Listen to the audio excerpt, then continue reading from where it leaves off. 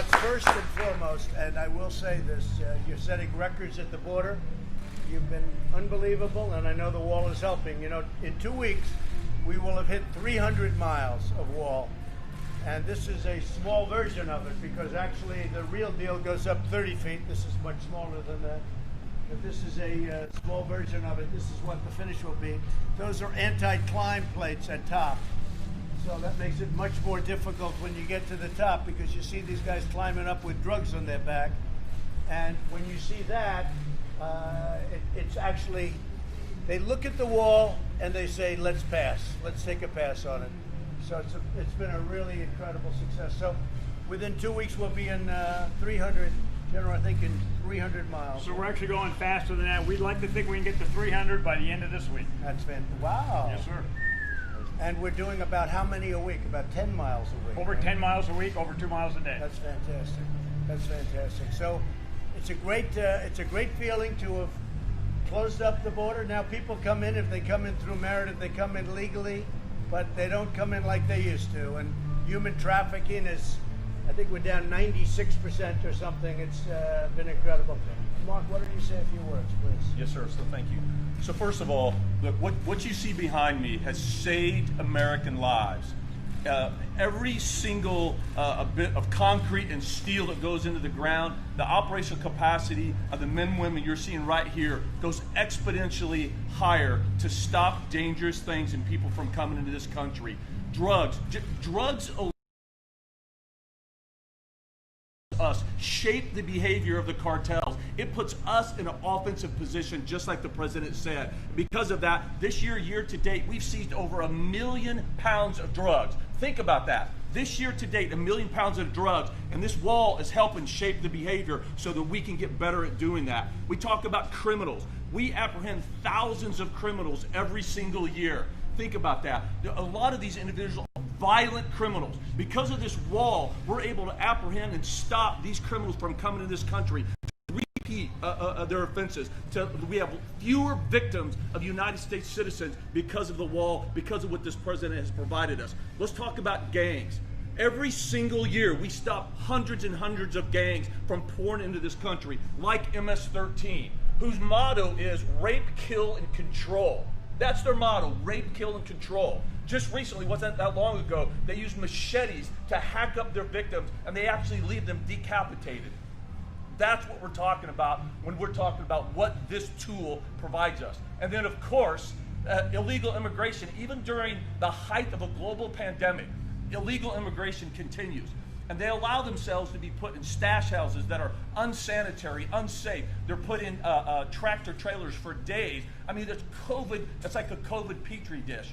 But yet they're coming across. But because of the tools that we have, like this wall, we're able to stop the illegal entry of individuals that have COVID to protect our citizens of this country. And Mr. President, I can say I've been in law enforcement for over 30 years, my entire adult life. And I want to personally thank you. You absolutely understand the threats that we face along our borders. You understand that border security is national security. And what today represents is a tremendous achievement that shows our commitment and the president's commitment to do what he said he was going to do from the beginning. And that's everything that we can to give these men and women the tools that they need to safeguard the health, safety, and security of the American people. So on behalf of the Customs and Border Protection, Mr. President, I want to say thank you for your continued commitment. Not a bad job. That was not a bad job, Mark. I think so. Well, you've been my friend, and you've been with us from very early on, and we appreciate it. We've made a lot of progress. You know, you don't hear about the wall anymore because we won. When you win, if you're us, you never hear about it again. And we have page after page of achievement that you never hear of anymore. That people say, oh, let's not talk about Space Force, let's not talk about all of the things we've done. But the wall is something that probably was the most visible of all, and it's working so incredibly. 280 miles, a little more than that. And again, that'll be a great, whether it's next week or the week after, knowing the General will do it next week, but we'll be at that 300-mile mark.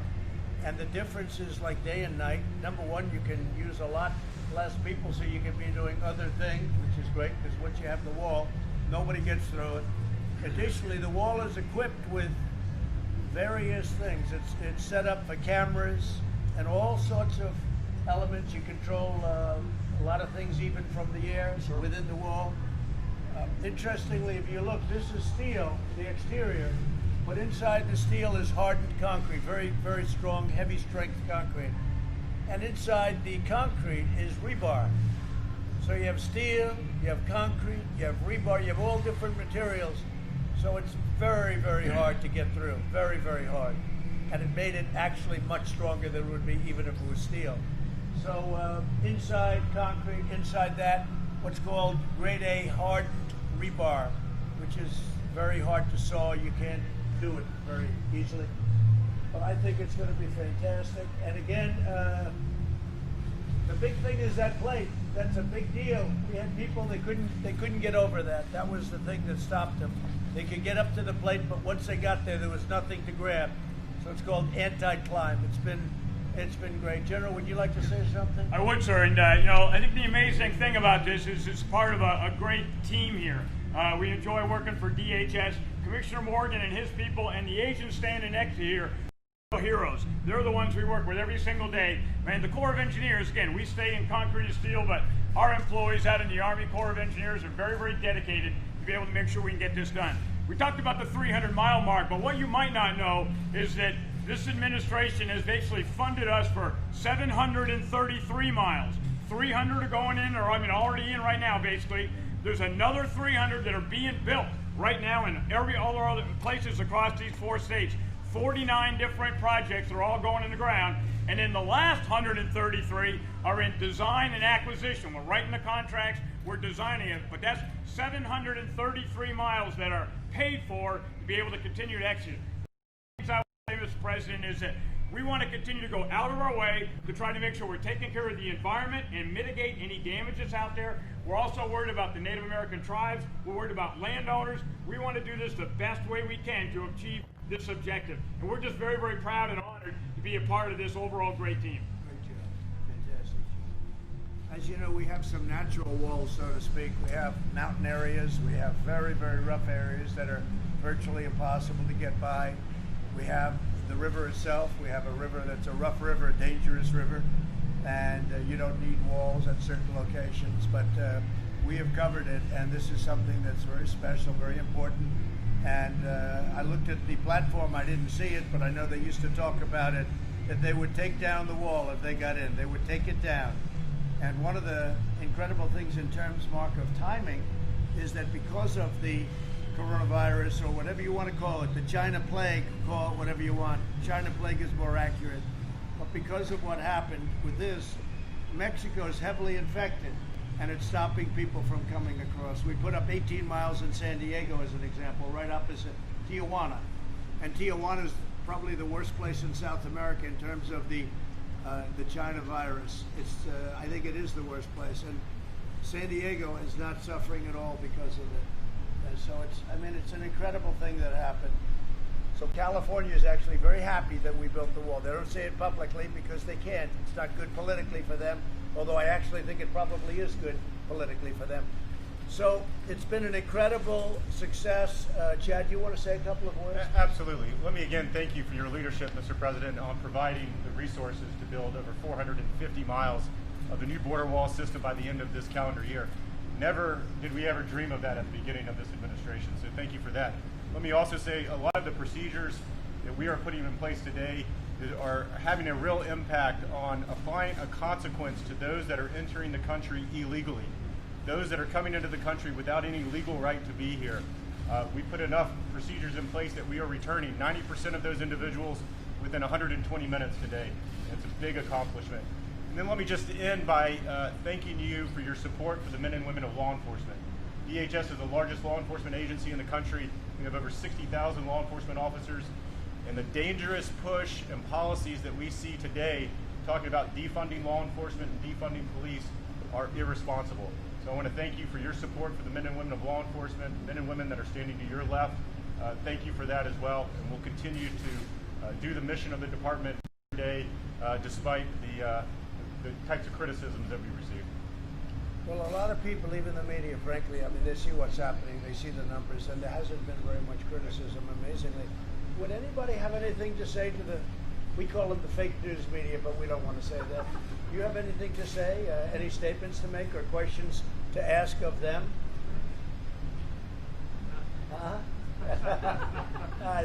You're very smart. Okay, go ahead, please. Just on behalf of the men and women of CBP and all the law enforcement across the country, thank you for your support. Been doing this job for 29 years, and I can tell you that it makes a world of difference knowing that we have the top cover from our Commissioner Secretary and certainly from the administration. And I want to tell you that the infrastructure that we're putting into place, whether it's a technology, whether it's the wall system, or the men and women that we're adding to our workforce each and every day, it's certainly going to help improve the security in our country. And so on behalf of all of us that each day put on our uniform, leave our families, hoping to make a difference, we appreciate your support. Thank you.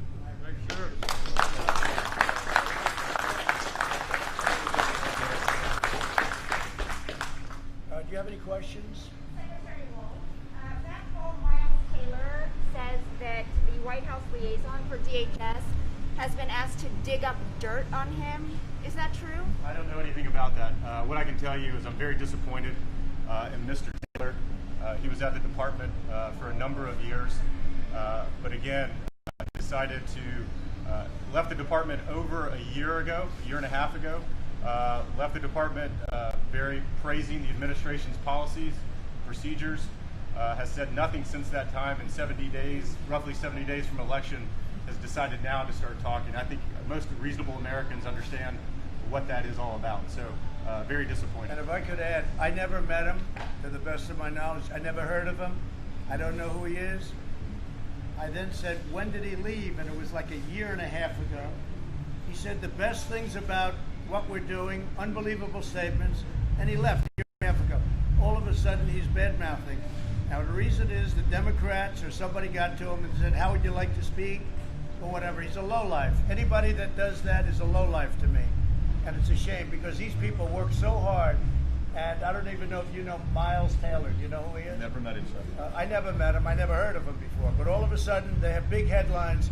Member of the Trump administration. He's not a Trump administration. And he's been gone for close to a year and a half. And I guess you met him or knew him a little bit. But he left, and we checked, said the greatest things. And all of a sudden, he says bad right before an election. These are bad people. These are sick people. And we call it out. The difference is we call it out. Somebody else would let him get away with it. We call him out. He's a lowlife. Okay. Do you have an update on the post office situation? Yeah, the post office is running as well as it has in a long time. They took a lot of old administrative acts where they wanted to do from past administrations, and they've done them. Look, I have a much better idea in the post office. You raise the price per package by a number that it should be, so that instead of Amazon and these other companies making a fortune, including the fact that they pay virtually no tax, which is ridiculous and very unfair to regular stores, Amazon will pay for the cost of the post office. So now instead of losing tens of billions of dollars a year like it has been for 30, 40 years, Amazon should pay for it. And so should other companies in the business of Amazon, delivery. They should pay. They should also pay tax, by the way. And then you'll solve your problem with the post office, because I don't want to lay people off. I'm not laying postal workers off. And let me just tell you, what we do is it's price per package, and they haven't figured exactly whether it's $2 or $3, and you make it so Amazon has to pay, and they can't pass it on.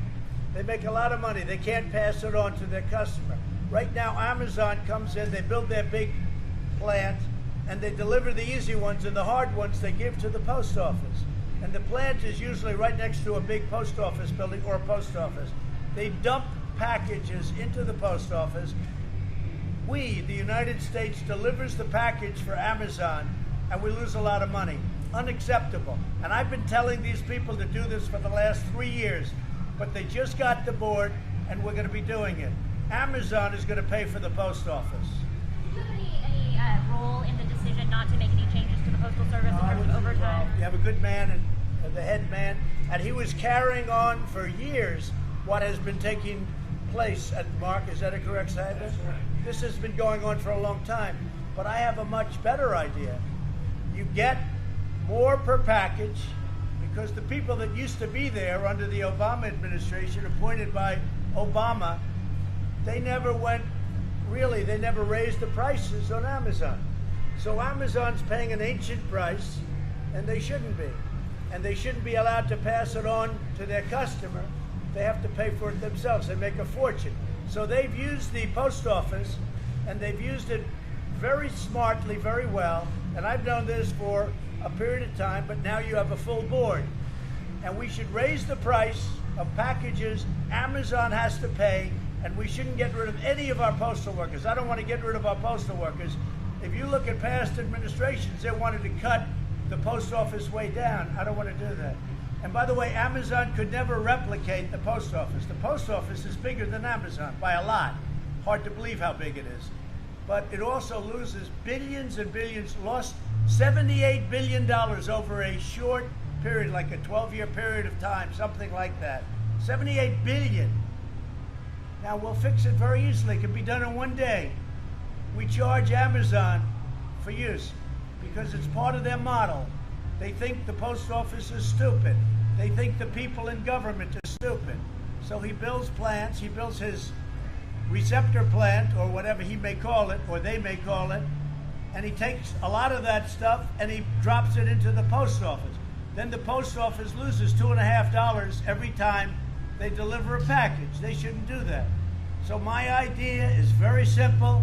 Amazon has to pay. They can't pass it on to their customer because they shouldn't. They make so much money. They've made money by using the U.S. Post Office, and nobody did anything about it. I did because we started this project 2 years ago, and they're in a position to do it. So that's what they should be doing. This way you keep everything. Your post office could almost probably make money, probably ends up making money. First time in 45 years that it would actually make money. And I don't want to fire anybody in the Postal Service, all right? I think that's pretty clear. Yeah. Do you agree with the Senate's conclusion that Vladimir Putin directed the hack of Democrats' emails? I don't know anything about it. I didn't read it. I did see Senator Rubio saying Donald Trump had absolutely nothing to do with it. He was on before. He said Donald Trump had absolutely nothing to do with Russia. It's all a hoax. It's a big hoax. What was in a report done by some politicians on the other side, like Warner? What was in the report? That I don't know. But I know one thing that was in the report, that Donald Trump had absolutely nothing to do with it or with Russia. Is that right? Did you read that? Go ahead. Did you read it? Come on, you can say. Thank you very much. Thank you very much. Yeah, go ahead. The report also said that there was no evidence that Ukraine interfered in the 2016 election. Do you still believe? So I thought it was Russia. You mean now it's so? Who are you with? Who are you with? Huh? They did not find any evidence that Ukraine interfered in 2016. Do you believe that You're telling me that Ukraine did interfere now? No, I'm not. I'm saying that the Senate Intelligence Committee, led by Republicans, did not find any evidence that Ukraine interfered in 2016. You repeatedly have said that they did. Do you still believe they did? I don't know anything about it. I don't know about Ukraine. I don't know about Russia. All I know is that I had nothing to do with either one of them, and that came out loud and clear in the report. Loud and clear. And I want to thank Senator Rubio. He made it very, very powerfully. He made a very powerful statement today. He said Donald Trump had absolutely nothing to do with Russia. And that's true. Okay, what else? U.S.-China talks were postponed. U.S.-China talks were postponed. You were supposed to have a review of this. I postponed them. I postponed talks with China. You know why? I don't want to deal with them now. I don't want to deal with them now. With what they did to this country and to the world, I don't want to talk to China right now. Okay? Look, what China did to the world was even thinkable. They could have stopped it. They stopped it from going into China, and they should have stopped it. So that's correct. I canceled talks with China. Mr. President, By the way, sleepy Joe Biden never got in. China would own the United States. They'd own it. They'd own every one of these people. They'd own this building. They'd own the United States because Biden would give them everything for two reasons. Number one, he's not smart. And number two, he's weak. China would own our country. And you know what else? You'll have a deal the first month or sooner with Iran. Iran is dying to make a deal. But I said, let's wait till after the election. And they would want to wait because there's a chance. If Biden never got in, they'd give them another $150 billion like they did, the dumbest deal I've ever seen. Are you going to take action against Iran on the basis of the U.S. intelligence report that they came back? You're going to see. You're going to see very soon. I don't talk about that. You'll see very soon. Any other questions? Frank Lindell, Mr. Pillow, the pillow guy, he's promoting a new therapeutic for COVID-19, Olindrin, and he says you're enthusiastic about it. Is that true? I know nothing about it other than I know he's got something that he's working with some science people. I don't know. All I know is this. We're very close to a vaccine. We have the best companies in the world doing it. We're very close to therapeutic. We're going to solve it therapeutically in addition, which frankly to me is better because it's quicker for now. The vaccine is great therapeutics, and we're very close to coming up with the answers. We've already, I think, have answers, to know the truth. Then we have to deliver it. We're going to do it through the military, through one of your friends who's a general. Is that correct? For logistics. But I don't know anything about it. I haven't heard that. What is he doing? He's promoting some kind of a... Yeah, Olindrin. He's out there talking about it. I don't know. I don't know the name, but I know Mike is a good man. He's a good man. He makes a good pillow. On Russia, do you accept that your 2016 campaign staff were a security risk given their high level of contact with Russia? You're going to have to say it louder. Do you accept that your 2016 campaign staff constituted a security risk because of their repeated contact with Russian officials? I don't even know who you're talking about. I know that Ukraine sent a phony document saying it was a Manafort document, and it was a forged document, the Black Book. They call it a Black Book. And it turned out, I believe, to be forged. But I wouldn't know what you're talking about. I can only tell you this. They said Donald Trump knew nothing about anything, and that came out loud and clear. You could find a couple of sentences inside that say something, I don't know. But I can say this, that Black Book that had to do with somebody that worked for me for a very short period of time, I think he's a good man. You want to know the truth? But I don't know. But I will say that the book, I think they said, was forged. It was a phony book. Just like everything else was phony with that whole deal. Look, we caught the Obama administration spying on our campaign. They spied on our campaign. That's treason. That's treason. If this were the other way around and it was Democrats instead of Republicans, there'd be many people would be in jail already. It's a disgrace that it's taking this long. We caught them spying on our campaign. Let's see what happens.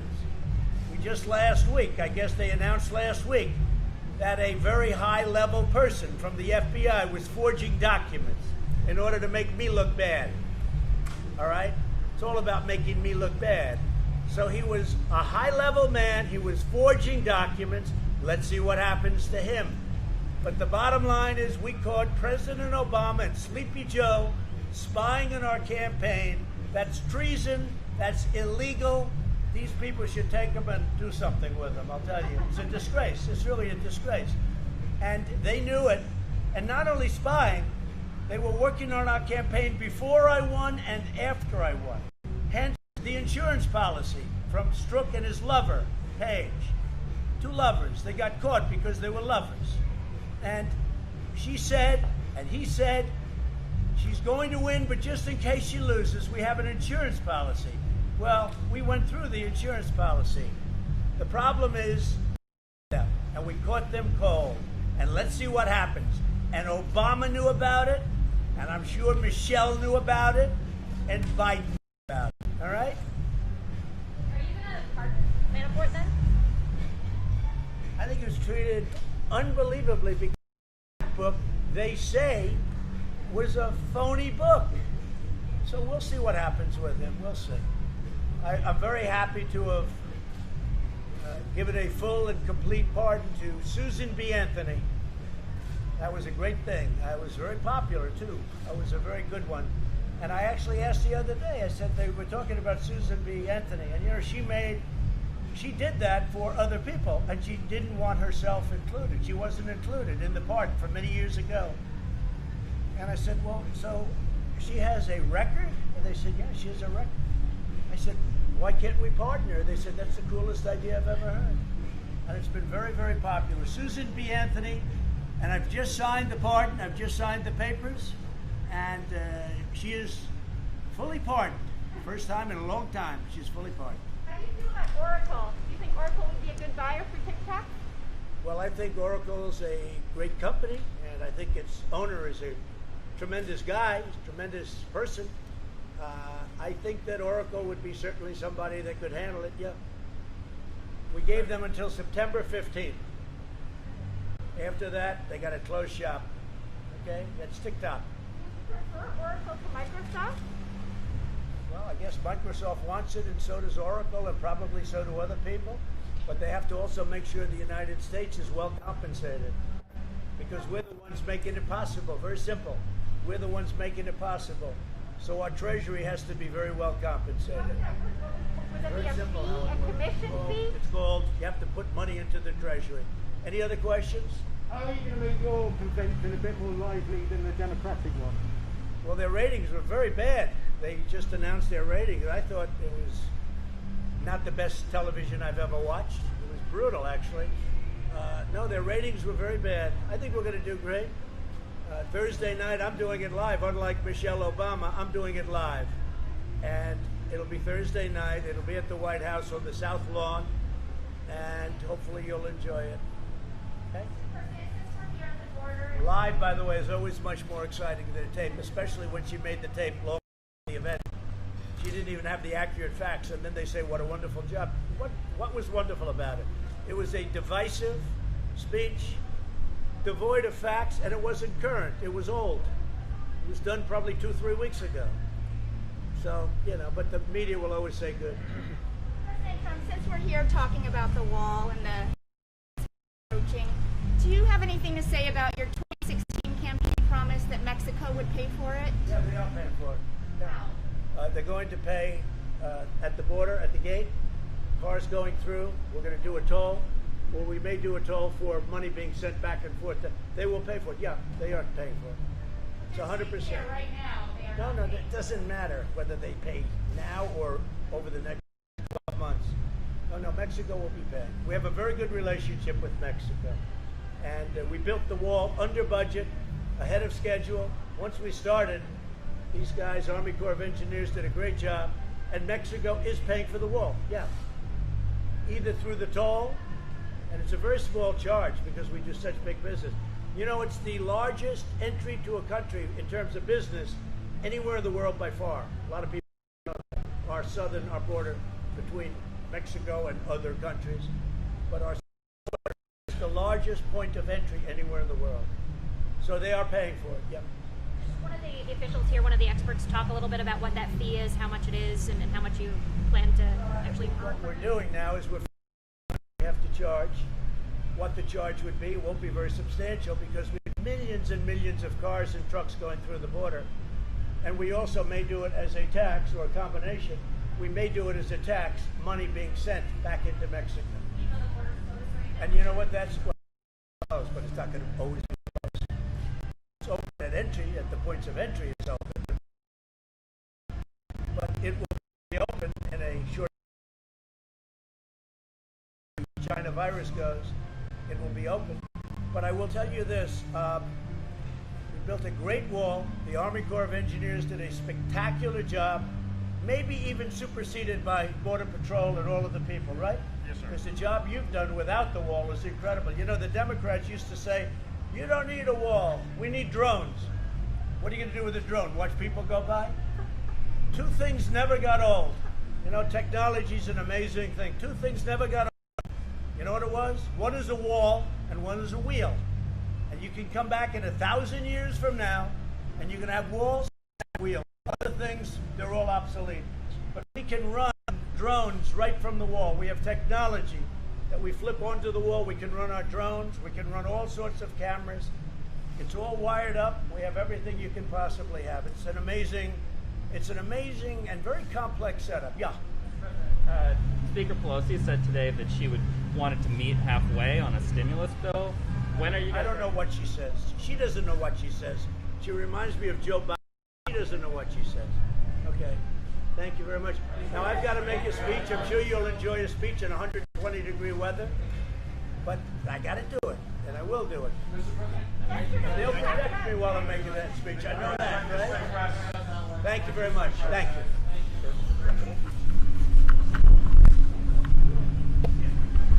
If anybody wants to stay, let's get this. Go ahead.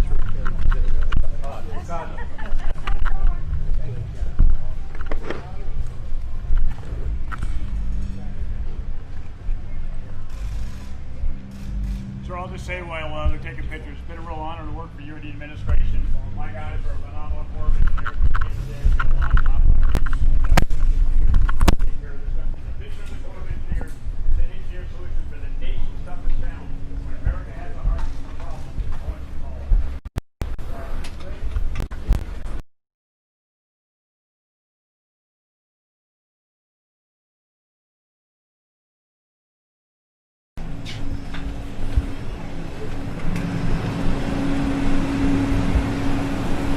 That was fun. Should have went the tripod race. I should have went the tripod race.